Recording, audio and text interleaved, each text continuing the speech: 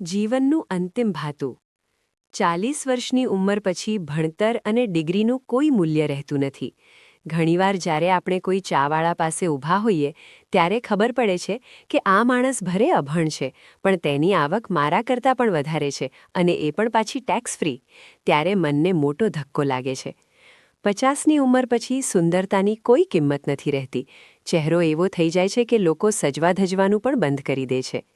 60 વર્ષ પછી પદ અને પ્રતિષ્ઠાની વેલ્યુ પણ ખતમ થઈ જાય છે.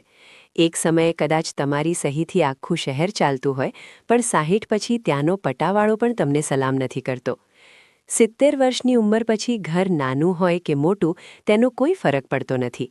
જો ડબલ માળનું મકાન હોય તો ઉપર ચડવામાં ઘૂંટણ દુખે છે, ત્યારે નાનું ઘર જ શાંતિ આપે છે. 80 વર્ષની ઉંમર પછી તમારા ખાતામાં કરોડો રૂપિયા પડ્યા હોય તો પણ તે કોઈ કામના નથી, કારણ કે તમારે ખાવાની તો રોજની 100 રૂપિયાની ગોળીઓ જ છે.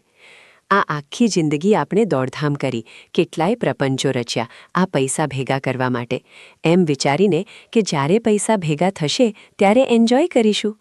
પણ ભાઈ, ત્યારે કંઈ એન્જોય નહીં થાય. આપણે બધા ઘડપણ તરફ જઈ રહ્યા છીએ અને વૃદ્ધાવસ્થામાં આપણે બીમારીઓ સામે જ લડવાનું છે, બીજું કંઈ હાથમાં નહીં આવે. આપણી નજર સામે જ આપણા સંતાનો અને સગા સંબંધીઓ એ પૈસાની મજા લેશે જે કમાવા માટે આપણે આપણું સ્વાસ્થ્ય દાવ પર લગાવી દીધું હતું. તેથી તમે અત્યારે જ્યાં પણ હો ત્યાં થોડા અટકો અને ભગવાને તમને જે કંઈ પણ આપ્યું છે તેનો આનંદ માણો.